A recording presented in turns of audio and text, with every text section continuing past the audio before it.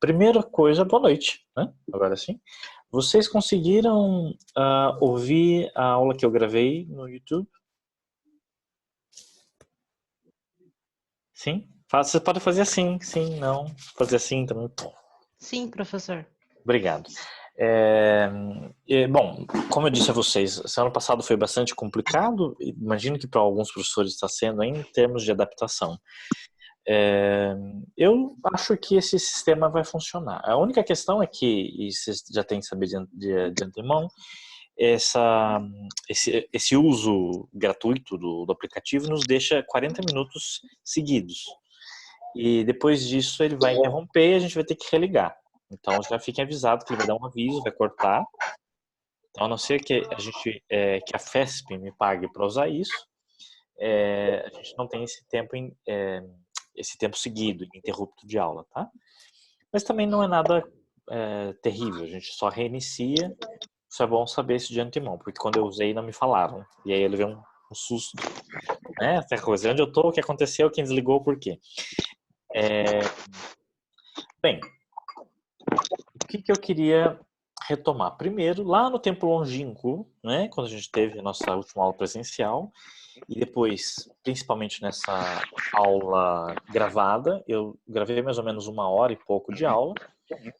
E vocês percebem que, obviamente, o tempo de aula gravada é diferente do tempo de aula presencial. Nossa, 1 hora e meia de aula gravada é muito mais conteúdo do que uma aula só eu falando para vocês, porque tem as perguntas, tem as piadas, tem eu escrevendo no quadro, etc.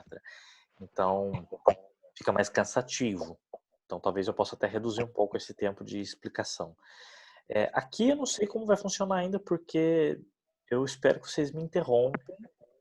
Me interrompa.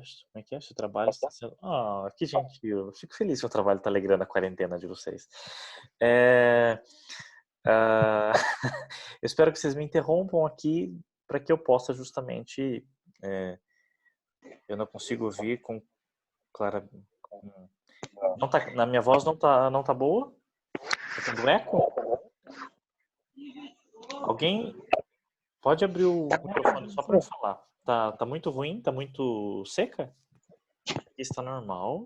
É que tem mais pessoas que tá com o áudio ligado, professor. Daí dá eco das outras Uhum. pessoas. Tá. Eu tô escutando pessoas falando no fundo, como se fosse aí com você. Entendi. Aqui não, aqui Professor, não tem ninguém. a meu ver, tá tranquilo. Tá. Eu tô tentando ver se tem algum tipo de. Se tem alguém que tá mais com o microfone ligado. Eu. Porque não, tem várias pessoas com o microfone ligado, deve ser por isso, então. Umas que estão com a câmera desligada, inclusive, né? Não sei o que eles estão ouvindo. Tem várias pessoas com a câmera desligada, curioso. Tá. Câmera desligada, câmera desligada. Enfim, se o pessoal puder diminuir, restringir o microfone, eu agradeceria. Tem, por exemplo, a Janaína está com o microfone, o Juan, o Quantum. Tem que falar, né? Agora os outros apagaram. Muito bem. A Cadu também, a Adriele, a Silvia. Vocês estão com os microfones. Não sei se tá dando eco ainda. Vamos chamando, tá? A gente vai. Deixar a câmera desligada mesmo. Ok. Então, mais gente chegando. Bom, nós falamos lá atrás da nossa da transformação, de uma forma geral, da potestade do príncipe em razão de uma transformação do próprio império. O Império Romano vai entrando, de fato, digamos, em decadência, as suas instituições mudam, o príncipe, ou o imperador, vai se tornando mais autoritário, né? Ainda que a gente tenha tentado matizar muito essa ideia de autoritarismo. O autoritarismo sempre que é exercido com toda uma complexidade muito de quem está em volta do jogo político, de quem apoia o imperador para que ele se posicione dessa forma, digamos, autoritária. Enfim, o fato é que eu posso fazer isso, gente, eu posso silenciar vocês, que mágico. Eu posso simplesmente desligar o microfone de vocês daqui. Eu não sonho isso, eu podia fazer isso em sala de aula, inclusive. Né? Enfim, foi só um sonho agora. Esse autoritarismo, por falar em autoritarismo, do príncipe, passa por uma transformação muito profunda a partir do momento em que o império se converte. Essa conversão do império, nós comentamos, ela transforma toda uma teoria da transferência da maiestas, que já tinha vindo lá de lá atrás, numa coisa nova. Porque até então, se a gente concebe a ideia tradicional de que o poder vem do povo e é transferido através dos seus representantes, do Senado e das suas magistraturas ao imperador, esse jogo muda e agora nós temos um novo elemento, que é uma divinização do próprio príncipe. Ou seja, a narrativa que se construiu lá atrás no Eusébio da Cesareia, de que o imperador ele é dotado de uma missão, não é? Uma missão de proteger a igreja, já que agora a igreja vai se fundindo ao próprio império. E quando nós chegarmos lá do Teodósio em diante, o Teodósio é aquele imperador que vai, se ele próprio um cristão bastante fervoroso, ele vai assumir esse ideal de imperador cristão. E como ideal de imperador cristão, ele não só protege a igreja, mas também assume essa missão, digamos, né? De ser o titular terreno da missão de Deus. E aqui nós começamos uma teologia política. Em que sentido? O poder não se divide mais de uma justificação divina. Mas pergunta, né? Mas professor, lá atrás não tinha alguma forma de divinização do príncipe, do imperador? Tinha, mas é diferente. A própria relação do Estado com a igreja é completamente diferente dessa que o cristianismo acaba de inventar. Porque não existe a própria distinção de planos, né? Se os romanos iam lá e tinham seu culto ao Deus tal, o culto fazia parte de um ato cívico, do ato público. A vida pátria dos romanos estava ligada a esses deuses. E os deuses eram, no final das contas, uma espécie de elemento constitutivo da sociedade. Então não há uma separação entre o divino e o mundano, como a gente pensa hoje. Essas noções foram, de fato, inventadas, podemos dizer, pelo cristianismo. Então o que começa, a partir de um determinado momento, é a divisão de planos, de missões, o clero, que se diz dotado de uma função, inclusive uma função jurisdicional, porque não é só uma questão de quem divide o poder, é um poder sobre nós, é um poder sobre a população, um poder sobre as pessoas. A própria ideia de que a divisão entre a carne e o espírito compõe dois planos jurisdicionais. Um que eles vão chamar de foro interno, que é aquilo que nós pensamos, a nossa consciência, e outro que é o foro externo. Porque até então, o poder do imperador ele se restringia ao foro externo. Eu comentei isso lá no outro vídeo também. A ideia que o direito romano clássico tinha, de um direito que é objetivo, ele controla nossas ações externas, ele não está preocupado em investigar a nossa intenção para justificar a extensão daquela ação. Não existe isso, o direito romano não tem ele é extremamente objetivo nesse ponto. Começa a se criar uma subjetividade do direito onde o campo jurídico agora se preocupa em saber o que a gente está pensando na hora de cometer determinada ação. Então, esse novo mundo do controle, digamos, jurídico do poder público é uma invenção, se pode dizer, da igreja e passa a ter uma instrumentalização a partir do momento em que a igreja se aproxima do império. E chega um ponto que é difícil dizer quando começa a igreja ou quando começa o império. Porque o império vai se transformando para justamente construir essa doutrina do sagrado, para usar, inclusive, em proveito próprio do imperador e dos seus, digamos, oficiais, que exercem o poder em nome do imperador, etc. Mas também a igreja, porque a igreja copia a hierarquia do império. Ela vai dividir, por exemplo, os seus arcebispados de acordo com as províncias do império, né? E é até engraçado, porque depois que desaparece o Império Romano, a igreja continua tendo essa divisão provincial, as suas províncias, as suas paróquias, as suas bispados, arcepiscopados, perdão, todos eles seguem o modelo provincial romano. Então, se a gente olhar, na verdade, a Europa até hoje, ela tem esse esqueleto religioso, né, que vem da administração romana. E isso é só um dos sinais, tem muito mais, né? Os próprios bispos vão se assemelhando cada vez mais, de fato, a esses oficiais, né? A chegar a um ponto em que, quando o Império Romano começa a entrar em decadência, ele vai delegar, ele vai falar, você que é o bispo, aí você vai acumular funções também que antes era só de digamos, do poder civil. Então começa a haver uma espécie de acúmulo de poderes, de competências na figura do clero. Né? Mas isso já numa fase em que, de fato, o próprio poder civil já vai entrando em colapso. Roma, como a gente falou, vai perdendo poder.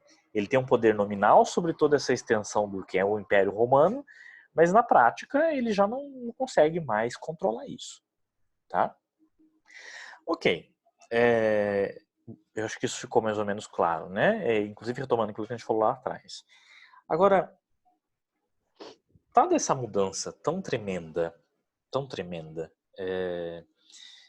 entra alguns autores, né? Nós comentamos o Eusébio como aquele que diviniza no sentido cristão, né? Ele atribuiu uma missão, inclusive, para o imperador. Alguns autores, e eu particularmente concordo, vão dizer que aqui começa o que a gente chama de teologia política. E gravem esse termo, porque ele vai vir várias outras vezes, né? Teologia política. Mas com pensadores posteriores, e principalmente com Santo Agostinho, que essa teologia política se dilata, ganha forma, ganha consistência, ganha uma teoria política, de fato. Porque ele vai tentar justificar o aparato desse poder principesco a partir de uma necessidade. O príncipe, lá, como dizia o apóstolo Paulo, né, ele é instituído por Deus. Se existem governantes na terra, é porque existe pelo menos um consentimento da parte de Deus para que esses governantes governem. De uma forma de dizer, inclusive para os cristãos, que eles não têm que se rebelar contra a autoridade do César. O César está lá, vocês vão pagar imposto para ele, vocês vão continuar se submetendo a ele como sempre foi, porque Deus quis assim.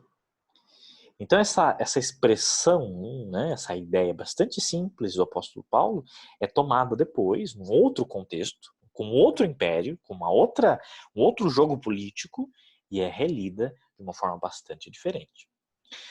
O texto que vocês certamente já leram, porque eu pedi ele faz bastante tempo, não é? E agora, o bom é que eu posso olhar a cara de vocês, né? Faz bastante tempo que eu pedi esse texto, ele já foi lido várias vezes, certo? Não só porque eu pedi o trabalho para sexta-feira, não é? Professora. Uhum. É tão bom essa sensação. Eu vou dar print screen da cara de vocês agora, só para poder... O texto que vocês já leram, ele vai colocar uma questão muito interessante, que é o seguinte: como o pensamento inicial, digamos, desses padres da igreja, né, esse conjunto de filósofos, teólogos, que é muito louco isso, porque eles querem criar uma coisa nova, eles querem criar uma doutrina religiosa, mas que é filosófica também, porque eles não criaram nada, eles não estão só lendo só os evangelhos, eles não estão lendo só a Bíblia. Eles estão lendo a Bíblia, estão lendo Platão, estão lendo Aristóteles, estão lendo Cícero, estão lendo uma série de filósofos estoicos, tá? O estoicismo é uma escola filosófica, fundada na Grécia, lá atrás, não sei se vocês viram isso no ensino médio ou não, mas é currículo pelo menos. Mas o estoicismo é uma escola filosófica, tem vários nomes importantes, né? O Cícero é meio um estoico, não diretamente, mas temos o Epíteto, que ele cita aqui, temos o Sêneca, temos o Imperador, que foi estoico, o Marco Aurélio, aquele do filme Gladiador, né, aquele, o velhinho lá, ele era um filósofo estoico, ele escreveu livros, inclusive. Então, é uma corrente filosófica que predica uma postura moral. É uma filosofia bastante simples. Porque, ao contrário, por exemplo, de outras filosofias,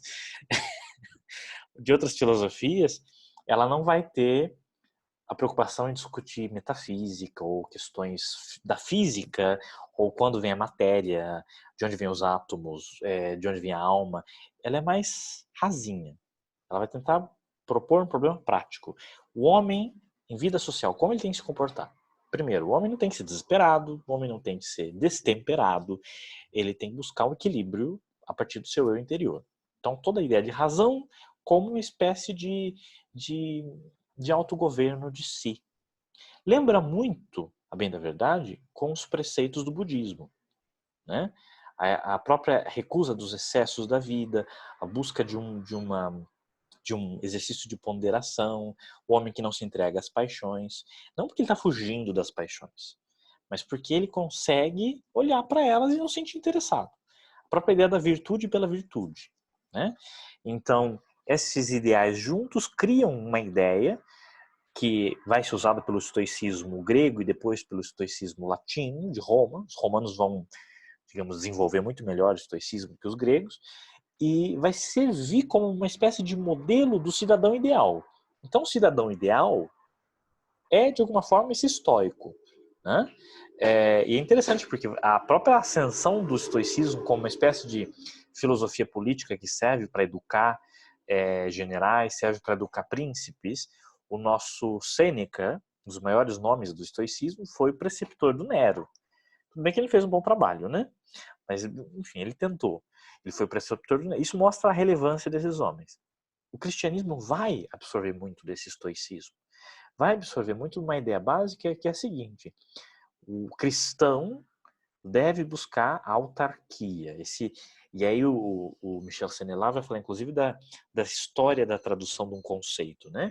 Ele vai falar primeiro da autosousia, que é um termo grego, que é traduzido depois para o latim como livre-arbítrio.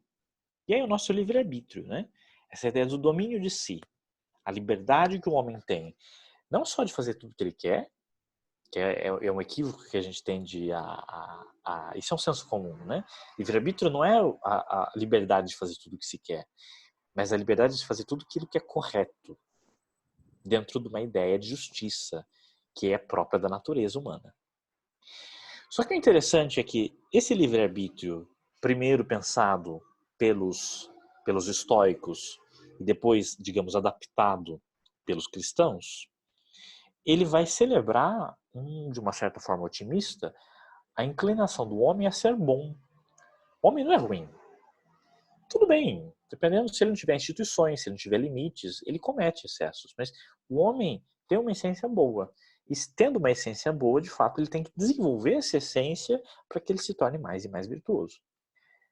A diferença, e é um outro ponto interessante que o autor comenta, é que, ao contrário dos estoicos, que valorizavam essa ideia da postura moral do homem, do autogoverno de si, de uma forma talvez muito individualista, os cristãos vão adaptar esse conceito para pensá-la de forma coletivizada.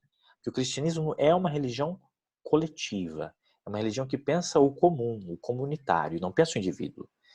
O indivíduo tem que se sacrificar em nome do comum, o indivíduo tem que se desaparecer.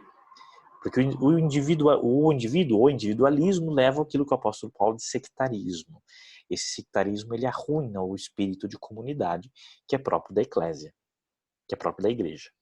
Então, para que os homens vivam como coletivo, é preciso que essa ideia do livre-arbítrio seja remanejada para se pensar agora, digamos, um valor comum, comunitário. E ele vai comentar a própria passagem, né? Como os homens vão tentar buscar e aplicar essa filosofia da autarquia, do autogoverno de si, tentando se afastar, às vezes, da própria vida em sociedade. E isso é uma ideia muito antiga, sobretudo no Oriente. No Oriente, quando eu falo, perdão, não extremo Oriente, lá na Ásia, estou falando ali oh meu Deus, no Oriente Médio mesmo, naquela região da Palestina, etc. É muito comum a figura do monge, né, o que eles chamavam de anacoreta. Também é um termo grego, é aquele que vive só. Então, no início, o anacoreta não vai viver com um monte de gente, ele vai sozinho para o meio do deserto. Já viu falar no São João Batista, né? Que vivia, ninguém leu a Bíblia aqui, mas tudo bem. O São João Batista, que é quem batiza Cristo no Jordão, ele era um anacoreta, ele era um monge anacoreta. Ele vivia no meio do deserto, lá vestindo uma pele e tal, comia mel, comia uma coisinha que achava no mato, umas raízes, E não queria muito. Essa ideia um pouco extrema do desapego da vida material era um conceito mais ou menos repetido. Só que os cristãos começam, também não são os únicos, a aplicar o modelo da vida monástica agora em coletivo. Então começam a aparecer, que vejam o paradoxo, o monge é o único.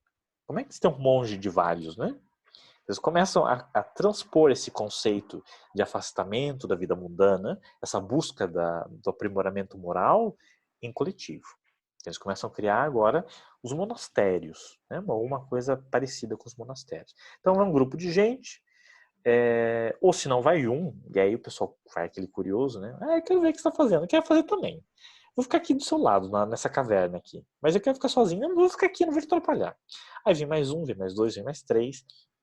Aí a caverna fica pequena, aí eles começam a escavar dentro da caverna. Muito desses monastérios, principalmente ali naquela região da Grécia, da Jordânia, etc., são dessa época, e eles são monges que viviam no meio de um rochedo, e eles cavavam dentro do rochedo e moravam lá. Né? Então, essa coletivização, ela é de fato digamos, uma aplicação de uma ideia, de um ideal, que é a busca dessa autarquia. E a própria palavra autarquia, né? A arquia é governo alto, um governo de si, que é o que, por exemplo, o homem não tem. Por exemplo, se você perguntar a minha opinião, se eu acho, eu sou otimista em relação à capacidade humana de autogoverno, eu vou dizer que não. Exemplo, vocês, esse texto que eu pedi há 2 semanas. Né? O homem autárquico teria lido esse texto sem nenhum tipo de motivação externa. Mas o homem que depende da coerção, né, ele precisa do quê? De um trabalho com entrega com prazo apertado. Aí ele vai ler o texto. Né? Ele não age pela motivação pura, né? Ele age pelo medo, né? Ou por algum tipo de punição, impotência. Veja como a gente consegue aplicar esses conceitos, né? Não é maravilhoso? Isso é didática. Agora, bom, tem até eu separei aqui uma passagem do texto que vocês já leram, naturalmente, só para refrescar a memória de vocês, do João Crisóstomo, que ele cita. E veja que discurso brando que ele usa. Não somos os donos absolutos da vossa fé. Não comandamos como déspotas, meus bem amados, meus amados, né? Somos somente encarregados do ministério da palavra e não investidos de um poder exterior. Cumprimos o ofício dos conselheiros que persuadem e não o de magistrados que emitem sentenças. O homem que aconselha diz seu pensamento, sem forçar em nada seu ouvinte e deixando-o senhor, ou seja, domino, né? De fazer da sua palavra, o que quiser. Ou seja, essa ideia da própria... Ele é um bispo, e veja um bispo, o discurso ele está convidando, ele não está assim impondo, ele está dizendo, eu tenho o monopólio da verdade, da doutrina e da fé, vocês têm que me seguir. Não. Então, claro, é um discurso que parte dessa ideia de capacidade, de liberdade do sujeito para que ele consiga de fato, nossa, foi um bocejo bem alto esse, que ele consiga de fato atingir esse nível ideal. Tá? E aí, a gente chama isso de voluntarismo. Voluntarismo é aquilo que é próprio da vontade do ser, do sujeito. Certo? Agora, tudo isso gira em torno de uma ideia básica. O homem alcança o batismo, e quando alcança o batismo, ele é reintegrado na sua condição, tem um termo isso, meu Deus, pré-lapsário, né? Que é quando o homem não tinha pecado. Então, o homem pré-adâmico, pré-Adão, ele era perfeito, porque foi como Deus criou o homem, como o projeto inicial do homem feito por Deus era o Adão. Mas o Adão resolve, por um destino, pelo porquê não entra em questão, peca. Então esse é o grande divisor de águas na ideia da liberdade humana. O homem perde a sua liberdade, perde o seu governo de si quando ele peca. Só que para esses primeiros cristãos, sobretudo para os João Crisóstomo, Pelágio, uma série de outros autores, até o século III, se pensava que o batismo restituía integralmente essa liberdade que o homem havia perdido. Então, ele precisava, claro, não é que ele era perfeito, mas ele precisava, de fato, chegar lá. Mas ele tinha como chegar lá. Ele tinha instrumentos para chegar lá, ele era dotado de virtude, ele era dotado de razão, de inteligência.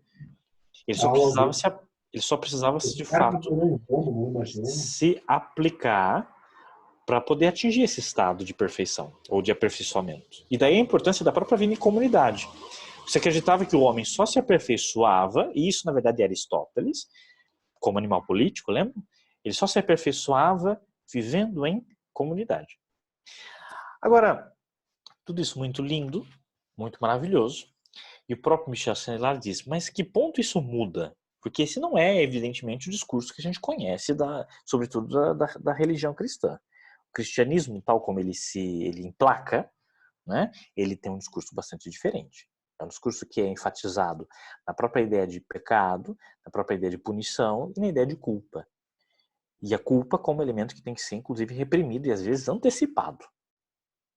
Todo o direito canônico, medieval e até moderno vai olhar para a culpa e tentar antecipar a culpa. Então, antes que o sujeito caia em culpa, em pecado, eu já vou adiantar algumas coisas aqui para evitar esse problema. E aí entra, senhores, o nosso Santo Agostinho.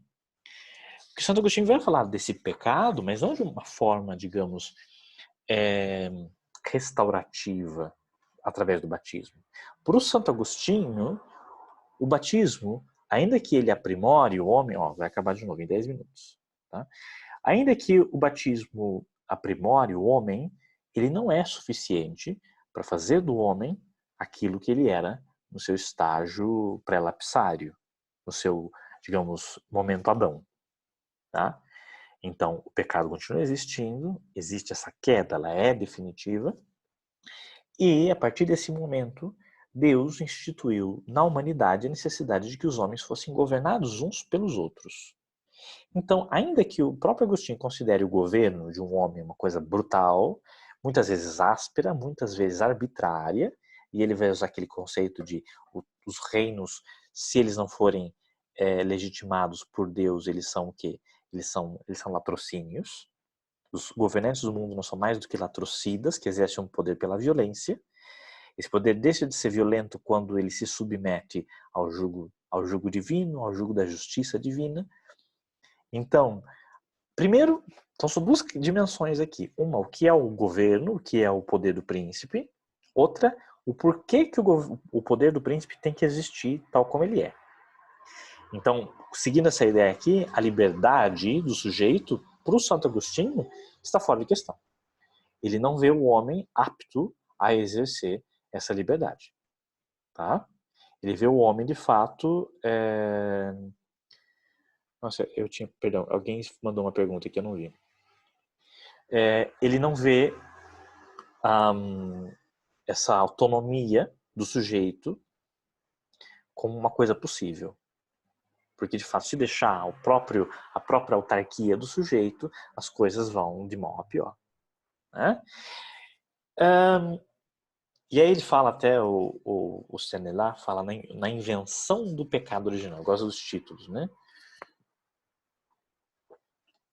Lá na página 80, o item B, ele fala Virada Agostiniana, a revolta da carne. Parece título de filme, né?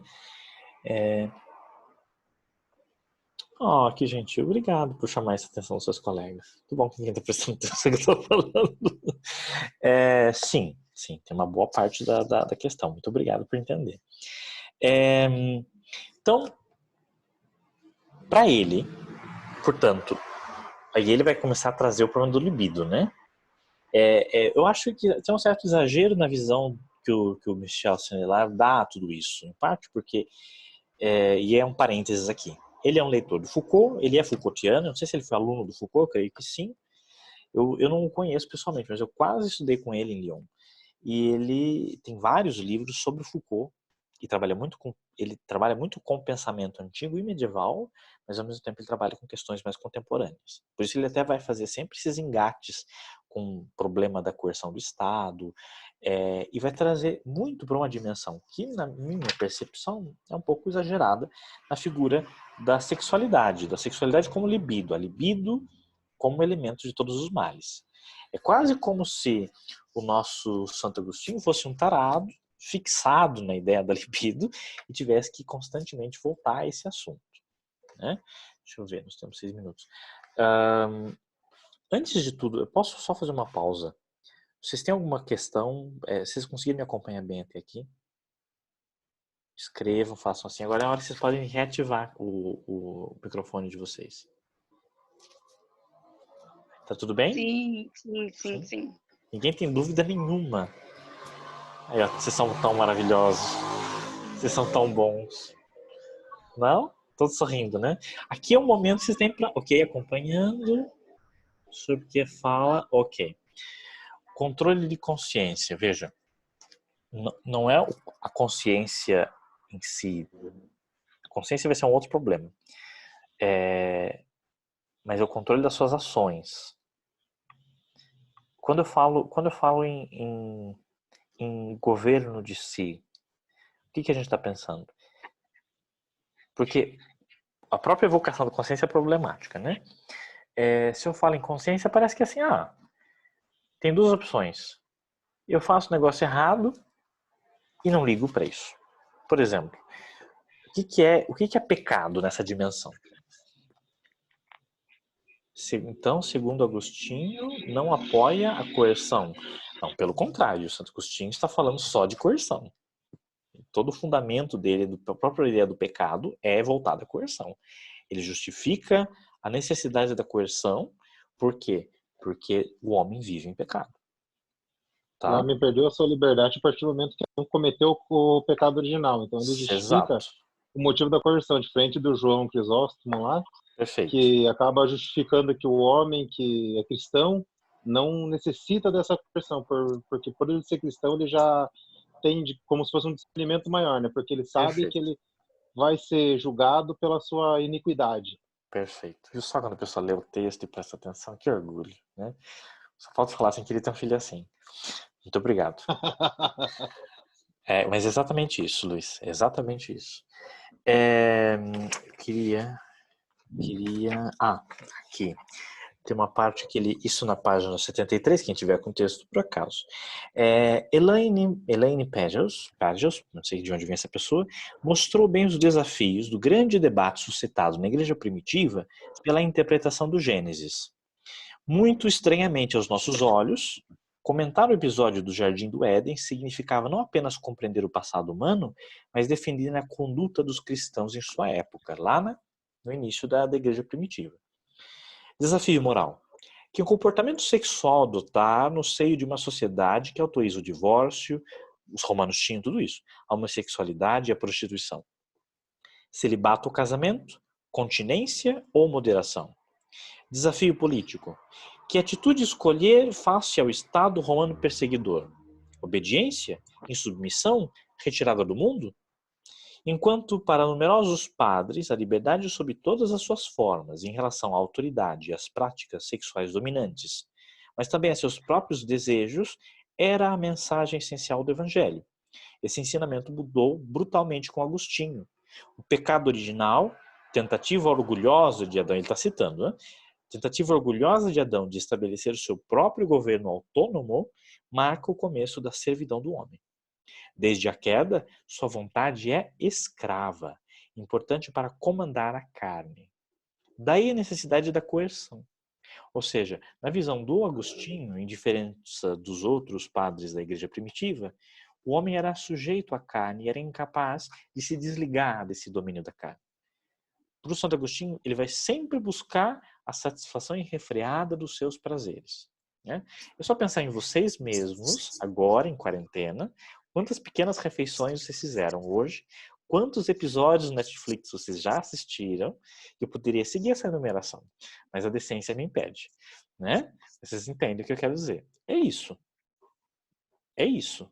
Nós, se tivermos liberdade, condição e oportunidade, a gente vai praticar o bem ou a gente vai se entregar aos nossos próprios prazeres? E aqui é a divisa, na verdade, por duas opiniões. São duas visões muito diferentes, eu diria antagônicas, sobre a natureza humana. E aqui vai se impor, então, portanto, veja, quando eu falo a questão da consciência, a própria ideia do que é a consciência vem depois, mas mais do que isso o homem é racional. pela alma. Ninguém questiona isso. Mas em que momento essa racionalidade ela é possível para tornar o homem plenamente livre?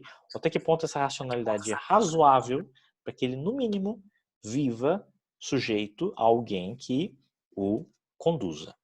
E eu acho que vai acabar, e aí você fica, né? Vai acabar, menos de um minuto. Vou fazer uma pausa, né? Vocês querem escrever alguma pergunta enquanto... O professor respondeu a 1, começou a resposta da 2, mas não tocou na 3, professor. Que triste, né? Você não precisa fazer isso, tá? Você não precisa fazer spoiler, tá? Deixa o pessoal sofrer, deixa o pessoal achar e ler o texto. Vocês têm que ler o texto, tá? Se eu sentir que vocês não leram o texto, eu vou descontar ponto. Vai ser bem na Licença, cara. professor. Por favor. Boa noite. Eu acredito que essa reflexão, esse contraponto tanto de Crisóstomo quanto Agostinho, se trata... Agostinho, por exemplo, ele fala da experiência da vida dele. Ele tem uma conversão até tardia, Sim. né? E a questão, ele fala então daquilo que ele vivia, né? Do que ele viveu, e agora ele faz uma reflexão a partir da vida mais amadurecida Pregressa, e da sua experiência de conversão, né? Sim. Então, acredito que essa é o grande divisor de águas dos dois pensamentos ali, que tem Crisóstomo e que tem Santo Agostinho, né? Que os dois, na verdade, mostram um caminho de santidade, apesar, né, de que os dois têm um diferente pensamento